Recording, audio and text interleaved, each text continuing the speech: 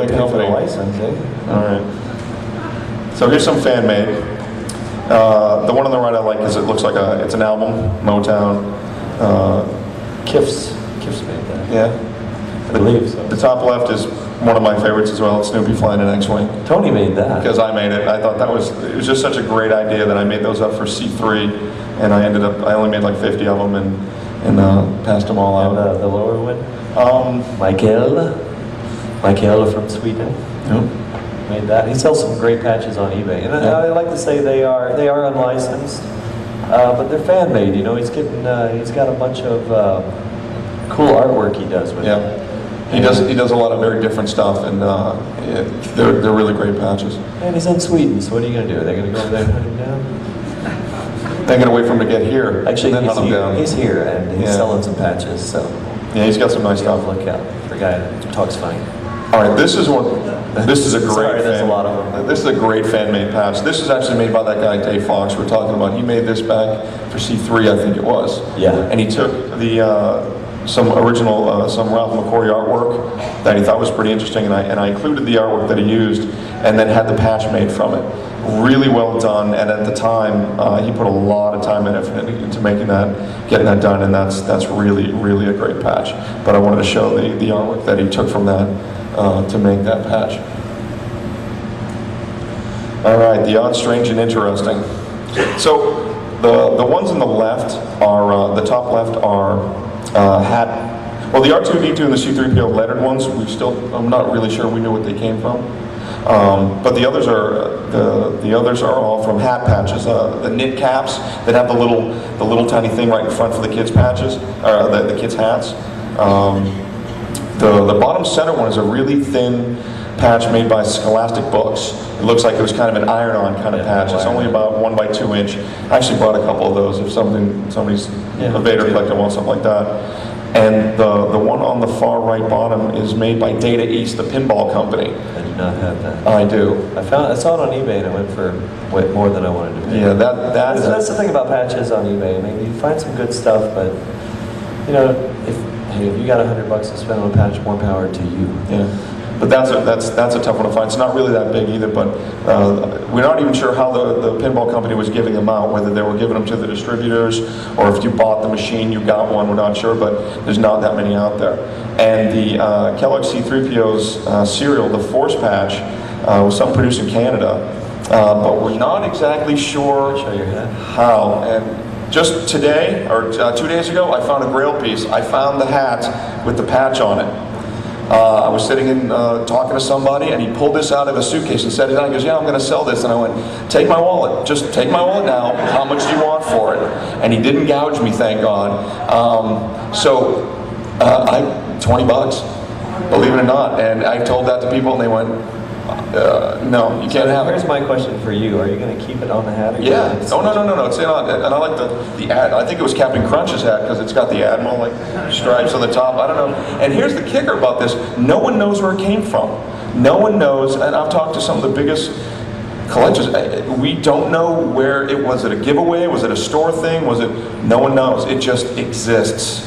You know, so it's out there. You can sometimes find the patch off the hat if you're into that. If you'd like to try to find one, they're out there. But finding on the hat is real tough. So this is one of my Grail pieces for a while, and luckily I just found it. Let's talk about variations. So the major. Well, you got a little bit of variation Yeah. and a little bit of bootleg in there. Yeah. Well, actually, maybe half of these are licensed patches.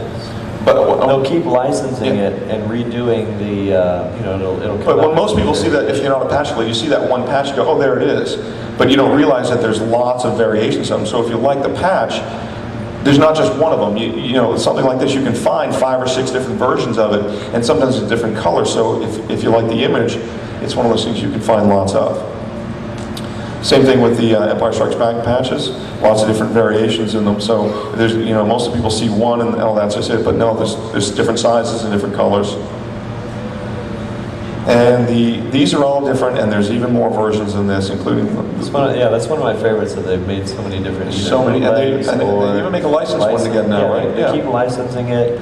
And the thing with I found out about the licensed patches is I was trying to do some research to find out what size quantities they run if they when they license a patch. Because we're collectors and we want to know if it's a rare patch. You know, If there's 1 million or 1,000. Is it one of 100? Is it one of 1,000? Or what I found out about licensed patches is they buy a license and it's open-ended. If you're buying them, they're going to keep making them as long as that company. As long as the demand is out there. Yeah. Right. Print quality. All right, so you can go a full range between patches. The one on the left is an example I did. You can see the edging is kind of sketchy, and it's kind of It's a very bad borrowed patch. It's like- actually a printed patch. It's printed, Yeah. so really cheap to make Not a and just full really cheap to keep in a patch. collection. Now the one on the right of So the the other question is it a patch? Yeah, I guess it is. I mean, it's not. It's printed and it's marred around the edge. I bought it and put it in my collection. Whatever. But the one on the right, I'm not proud of it. you know, if you see it uphanded, the quality put into that patch on the right Yeah. is The unbelievable. last couple that the Boy Scouts have done have been amazing quality. But then all of a sudden this year they had some great looking patches, and I got to looking at them, and the set was really expensive to get. The Marin Council. Hey, did you guys hand out the lottery tickets? You did? Oh, excellent. Okay, good. We gotta wrap this up soon. Yeah, a few But minutes. anyway, so the last set of Marin patches, do you have that? You didn't scan any of those. No, I don't think I got to them. They No. were expensive, but they were printed on top of embroidery, which was really weird. It was embroidered to do the shape of the figure. It was like maybe all in white, like a ghost patch, and then they printed on top of it. Very odd. All right, so Thing of time. here's some of the stuff that you can get at the conventions. Yeah, we were going to do this Thursday, and we were going to say, hey, go out. These are the celebration. This is from the previous celebrations. 3, 4. 4 is tough to find because they were supposed to, I think they skipped a 0 in the amount they were going to make. They should have been 10,000, but ended up being like 1,000. And they all sold out the first day. I thought it was like, Or- they did like 200. Yeah, it was a 200, yeah. Crazy low amount. They just, yeah, they really dropped the ball on that one. So So if the you, Japanese one at the bottom. the Japanese one on the bottom right is actually scanned off a t-shirt I bought. They didn't make a patch for the convention, but they made a patch to put on the shoulder of the t-shirt you could buy at the convention. So Ken couldn't make it, so I had to buy him a t-shirt so he could have the patch. So I actually scanned off that. So if you really want one, you find one of the shirts and you can cut it off. But Yeah, I ripped it off. did you? Yeah. Good man. All right, so here's some of the other patches you can find at this convention now. You recognize the guy up on the left. Some of the other clubs and some of the other, just people making up patches for either their websites or We were going their. to tell you what to go hunt for, but since it's the last day, you Yeah. better hustle. The bottom two are from a Japanese collector who's here. Yep. And if you got something cool, I'm sure he'll trade you for them. Those are really great. He's here. He is here. He's in the room. He is. He was supposed to Konnichiwa. leave, but he changed his flight just to be here at this panel. Here's some of the two Power First Revolution ones on the top, and the R2 Builder Club ones on the bottom. Look through these. The Fat Patch. The 5 collecting clubs decide to get together and torment us again with a wedge-shaped Okay, patch. so if you've gone around to the tables, maybe you've collected some of them, maybe you've got a full set, maybe you don't, maybe you don't know anything about them. All 5 of these clubs are here, we hope. Yeah, I think they're all here, and I think they all have some of these patches. So outside, what we're going to do is outside after the panel, you You're go out. going to get kicked out very soon. You get your box, you go Right out outside. In the here. area outside, if you want to do some trading, outside the hall would be a great time to do it. A lot of those clubs are going to be out there. So if you've been working on this set, I think they all even have their t-shirts, so you can kind of find them and try to put a set together. But these are great. Wrap it up, Tony. Let's go. All right, Oh, this one. we can't even talk about this. Okay, then I'm skipping through it. No. All right. So Does anybody want to know about that? I bought into this patch group just so I could have them. I didn't want to work for them. These are some of the 501st guys and some guy named Steve. Steve something. Steve Sansweet, I think Steve it is? Sansweet, Yeah. I think it is. In the center. Is that short big over there? And that patch is huge. I've seen that. It's that big around. It's massive. So there is an uncut version, which you have to give up a leg for. willing. And then there's the cut then the cut patches, just like the fet patches. But yeah, it's just a foot. It's not a full leg to get one of those. All right. Okay, we gotta speed this up. All right, so let's talk, Gus and Duncan's comprehensive guide to Star Wars collectibles on sale downstairs right now. Duncan mentioned that earlier, yeah. Buy the book. There is massive amount of patches in there.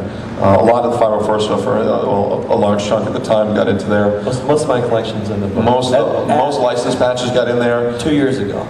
What they had to cut the line on us was unlicensed and fan made stuff like that. So we're bugging them about getting a lot more in for their next version. So I mean, the book is over 1,000 pages as it is, and it will crush your table if you put it on it. So next version will have some more patches in it. But if you don't have the book and you collect anything, go get the book. It's got everything in it. So besides. We're giving away the cereal boxes, everybody knows that. Besides the Admiral Akbar cereal box you're going to be getting today, Ken and I, when we decided to do this, realized we cannot do a patch panel discussion without giving away a patch. Gotta give away a freaking patch, come on. So we went back and forth and got some ideas about what we wanted to do, and I wasn't a fan at first of Tony's idea, but whatever. But yeah, he didn't like my idea first, but this is what it looks like. It's a cool patch.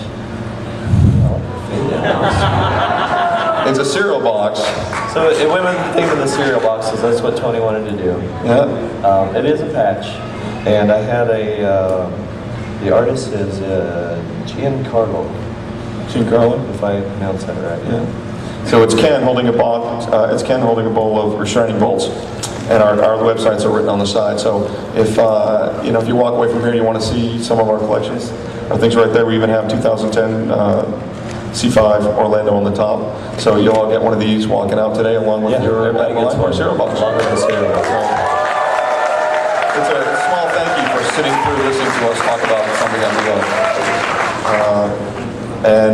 We'll do a Q&A. And we also, we have some patch stuff to give away in a raffle and some non-patch stuff that Ken was able to score.